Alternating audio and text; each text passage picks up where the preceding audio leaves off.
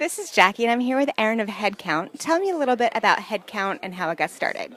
So Headcount is a national, nonpartisan nonprofit that registers music lovers to vote at concerts and festivals all across the country.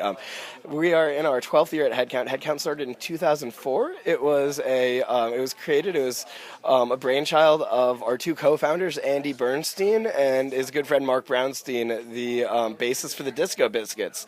And in 2004, much like now, a lot was going on in politics. We had the Iraq War had just started. There was a lot going on, and they sensed almost an apathy in the music scene and felt like, hey, we want to make an impact. We want to give back to this scene that has given us so much. So what better thing to do than go to our concerts, go to the festivals, the places we already would be at, and register our friends and fellow music lovers to vote. Excellent. So you're signing up kids to vote. You have to be 18, correct? You have to be 18 by the election. So actually today I've signed a couple 17-year-olds up to vote who will be turning 18 before November. And I've had to tell a couple 17-year-olds who are turning 18 in December that their parents probably should have started a little earlier. Oh, sorry, guys. So why is it important for young people to vote? Voting is the most powerful voice we have. And the way I look at it is America doesn't have the highest voter participation rate in the world, but people vote. And as a young person, I want people in my cohort to vote because if you look at who votes, it trends to be older, wealthier folks, which skews the system in favor of the people who vote. And in that regard, I want to kind of tip the scales back to the young people, give us a say. And nothing against the AARP. I love my grandma. I love that. I love what they do for older people.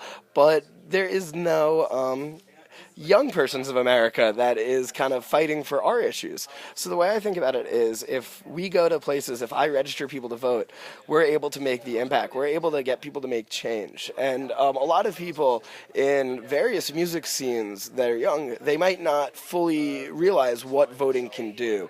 Or they might, and a lot of people, in my generation, they might skew libertarian. They might have issues with the system. And a lot of people, they say, well, I don't want to vote because I hate the system. And my response is, well, how are you going to change the system? Because theoretically you could change it with violence, but in my opinion violence often is not the answer, and violence often does not make things better. Especially with everything that has gone on, unfortunately, in the past, 24, 48, 78, we could keep going. But everything that's been happening so far this summer, I think, if anything, your vote matters more now than ever. Oh, you said it. Your vote matters right now. This week has been I like using words. I do not think I can put into words the emotions I'm feeling this week, the emotions so many people I know are feeling this week. It's just the violence, the hate, just the negative energies that we've seen in America, the fear. And what is the antidote? If there's a simple antidote, 1968 wouldn't have happened. What's happening now wouldn't happen. But just a simple step we all can take is voting, is using our voice, using our opinions to shape our society. Because, as I said, this is the most powerful voice we have. And if you saw something on TV this week that upset you, it's hard not to cry watching CNN, and shouldn't be the case. Just the things that have been captured on video this week, and if anything upsets you in the slightest, and I can't imagine anyone who wouldn't be upset by what's happening, vote. And at the end of the day, I don't care. Obviously, I have my own personal opinions, but I don't care who you vote for. I just want to make sure that you're going out there and doing something and trying your best to change our society for the better. And there are a lot of routes, so there are a lot of different paths that could make our society better.